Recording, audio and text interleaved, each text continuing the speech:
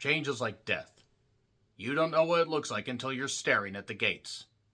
Jurassic World Fallen Kingdom came out in 2018 and continues the story that started all the way back in 1993 with Spielberg's modern classic, one of his best films ever, with a great old cast and visual effects. Then the franchise, it got worse.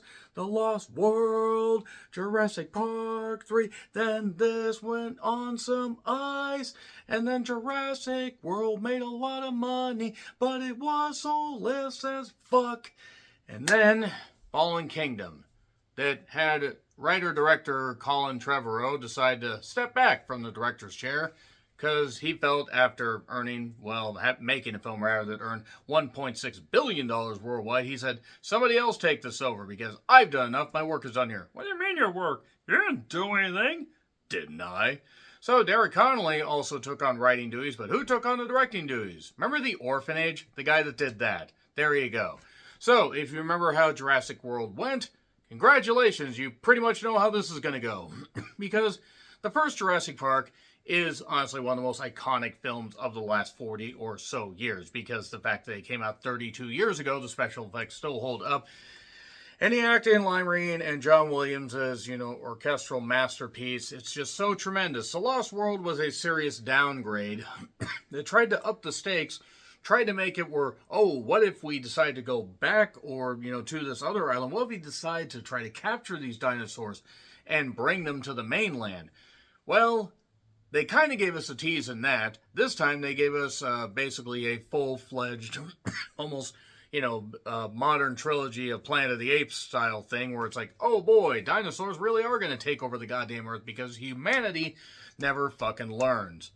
So yeah, Chris Pratt returns as Owen. You have Claire, played by the gorgeous and talented Bryce Dallas Howard.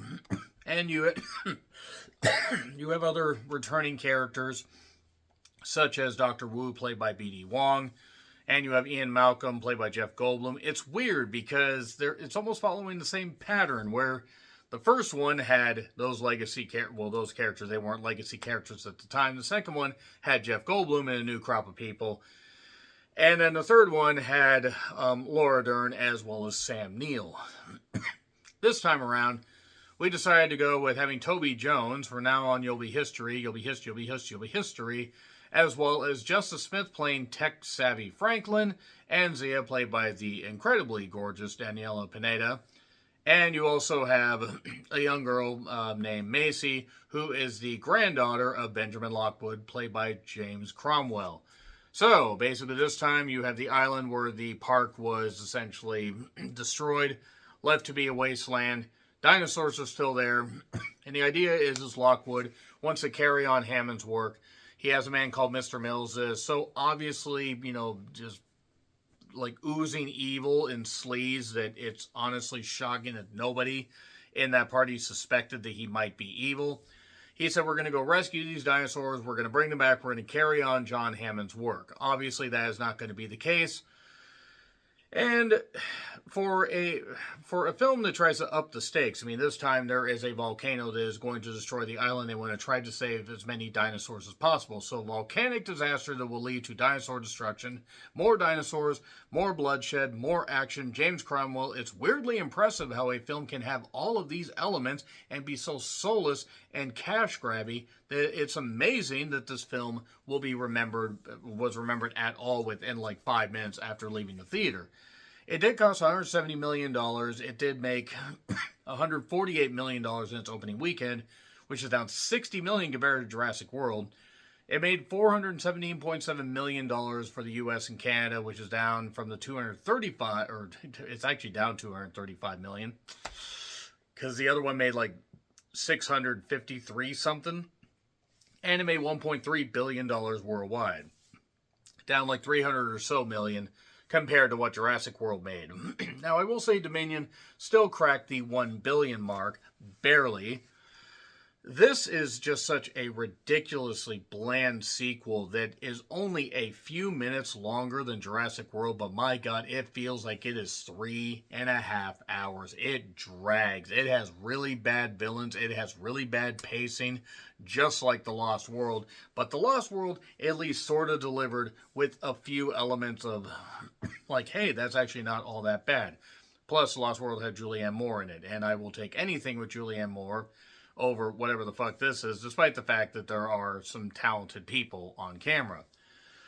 I do have to say the young girl that plays Macy, she does okay, I guess. I mean, I don't really want to knock kid actors. Isabella something, I forget. Isabella Sermon, I think, might be her name. If I remember right, I mean, she does okay. But yeah, essentially the park is gone, so that's it. Show's over. We don't have to worry about that. Oh, what do you mean we have to go back and do this? So there are some people trying to retrieve some intel, whatever, and the Mosasaurus, the giant whale shark thing, sees people going in this weird little submarine thing that's like the gyrosphere and says, "Ooh, gumball with a chewy center." And a T-Rex basically brings down brings down a bit of the ladder and is and in the aftermath of this helicopter, basically it's a terrible opening sequence. I mean, the Mosasaurus doing that was Mosasaurus was kind of funny doing that. So this mountain is going to explode. There are people questioning whether dinosaurs have rights to live. And the idea is pretty much, Ian Malcolm says it's not that these creatures don't matter, but, we brought them back. This is a bad idea if we don't let them die and reverse what course we're taking. So, Bryce Dallas Howard's Claire is running this whole dinosaur protection services thing. And, probably should allocate other resources to more important stuff instead of trying to save some dinosaurs that are probably going to kill us. And Lockwood's estate decides to fund this whole damn thing. They want to save 11 species, possibly more. Oh, and they need Owen because Blue is still there, so they want to get Blue. So they want to locate Blue. It's Blue dabba-dee-dabba-die. The rescue mission goes tits up because it's not a rescue mission. There's a character named Wheatley that is obviously a hunter that is trying to be like the hunter from The Lost World, only not nearly as fleshed out. The volcano activity continues to rise, and the volcano eventually erupts, and we still have half our goddamn film left. But, yeah, it turns out that basically, after Owen is able to locate Blue, the hunters show up, and it turns out that it's no rescue mission. Wheatley pulls the teeth from various dinosaurs as a way to make his necklace, make a trophy thing. Terrible chase sequences. By the way, they find one gyrosphere as the mountain continues to erupt. I did find it funny just a bit before that where Claire and Justice Smith's Franklin are in the lab. And there's like this one halfway cool shot of like shooting down this tunnel where the lava's falling and everything. And you see this raptor-like creature. Well, not raptor. It's like a decent-sized dinosaur, but it can still fit down the tunnel because physics. But lava, you can kind of just move a foot over, and even if you're still near some, you won't melt. Science. So they find that gyrosphere. Somehow Owen is able to keep up with them despite the fact that that thing should be able to move faster. Dinosaurs are running, and oh wait, they're going to drown because the sphere goes off into the goddamn deal. So they're fucked. They're totally fucked. Except Chris Pratt frees them. They get back on the beach. They get on a cliff. They see dinosaurs are being rescued by InGen. Because InGen is like the Umbrella Corporation, except run by bigger idiots. No Albert Wesker here. And nobody punching a boulder to knock it onto Wesker. Deep cut for Resident Evil fans that happen to be watching this. I think it's Resident Evil 5, if I recall correctly. So, they end up... Mr. Mills is talking on the phone and everything, trying to get some answers, trying to figure out what's going on with the dinosaurs. They do have Blue, but Blue got shot at one point, so Blue is dying. Zia is trying to help, and there's only one way to do that. But before we get to that, they rescue a whole bunch of dinosaurs, And our intrepid hero idiots manage to get onto the goddamn ship just as we see a brontosaurus standing there at the dock like, well, thanks, guys. I guess I'll just sit here and burn. Thanks. And it dies. I mean, whatever. It doesn't really matter because none of these dinosaurs have any personality to them except Blue, and even then, that feels forced. So they decide they need a blood transfusion. So they find a T-Rex. They manage to get blood from a T-Rex. They don't bleed it dry, but they wake it up before it goes. And the T-Rex is, upset and pissy. Macy, meanwhile, back on land, has found out about this thing that Mr. Mills is planning. And wants to alert her grandfather, but she won't listen, or he won't listen to her. He'll talk to her in the morning. By the way, he dies when he is smothered soon after this. Stupid, generic villain characters that don't even realize that these are the same people. You have Owen, you have Claire, you have Franklin, you have Zia. They don't realize these are the same people that tried to stop their operation and everything because these villains, these henchmen are just dumb. Lockwood ends up dying. This hired help, Iris, who raised Macy from a baby, basically gets taken out. Oh, and it turns out they also have bred this thing called the Endoraptor. Like the Impotence Rex that they bred from before because they didn't learn the first time. I'm skipping over quite a few things because, to be perfectly honest, despite everything that happens and how much they pack into this whole thing, almost nothing occurs of substance you can bite into. Oh, and by the way, there's going to be an auction to auction off these dinosaurs. And they earn a lot of money from it because people are stupid and think that they can control dinosaurs. There is one that does dino headbutting, like Yoshi wearing a football helmet. It breaks through the wall, it breaks through the door, and frees itself and frees Owen and Claire. Meanwhile, you have Franklin that has somehow become a master of disguise. This is still Bear, the master of disguise, by the way. Had an on-again, off-again, shall we say, girl that I was with at the time, and she would always quote that movie and then wondered why I didn't talk to her for a while. If you're going to quote something, at least quote something that isn't shit.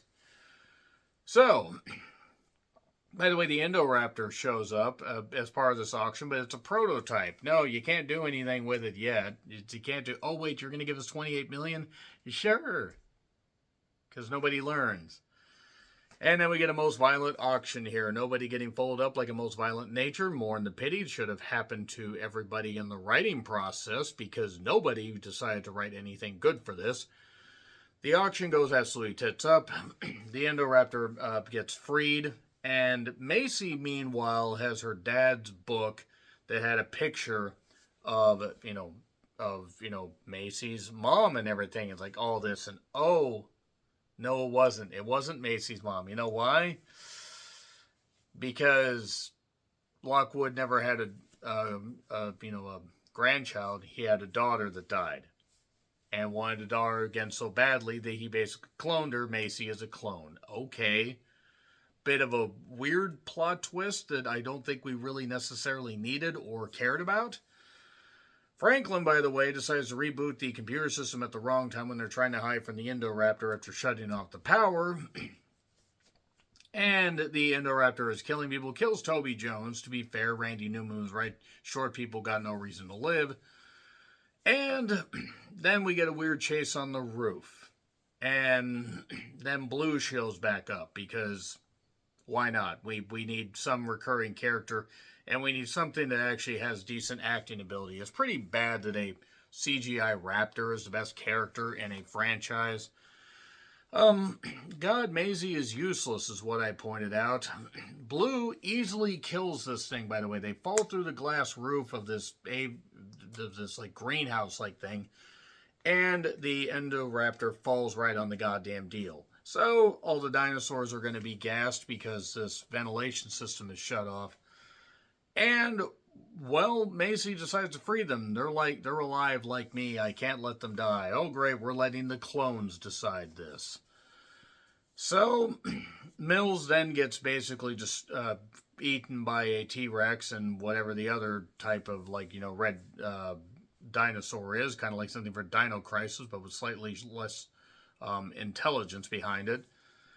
And Blue, come with me. Blue won't, because Blue's like, I was put in that cage and I really don't want to do that, and I'll just be over here, but I won't kill you.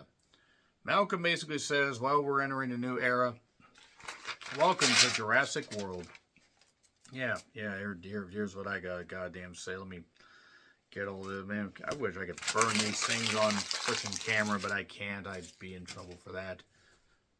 Jurassic World Fallen Kingdom is really, really bad. And Dominion, I mean, I've only seen some of Dominion. I've never actually seen it in full. What I saw, I wasn't that impressed with, but I will withhold judgment until I see the thing unfolded. The extended cut is on Peacock, so why not? Why not? Yeah, Jurassic World Rebirth, I'm not really all that excited for it, but that being said, let me know your thoughts in the comments. Do you think this is the worst entry in the franchise? I do, but I want to know what you guys have to think. Like, share, subscribe, Twitter, Letterboxd, Blue Sky handles in the description. I'm John Renthal, and until we meet again, happy trails to you.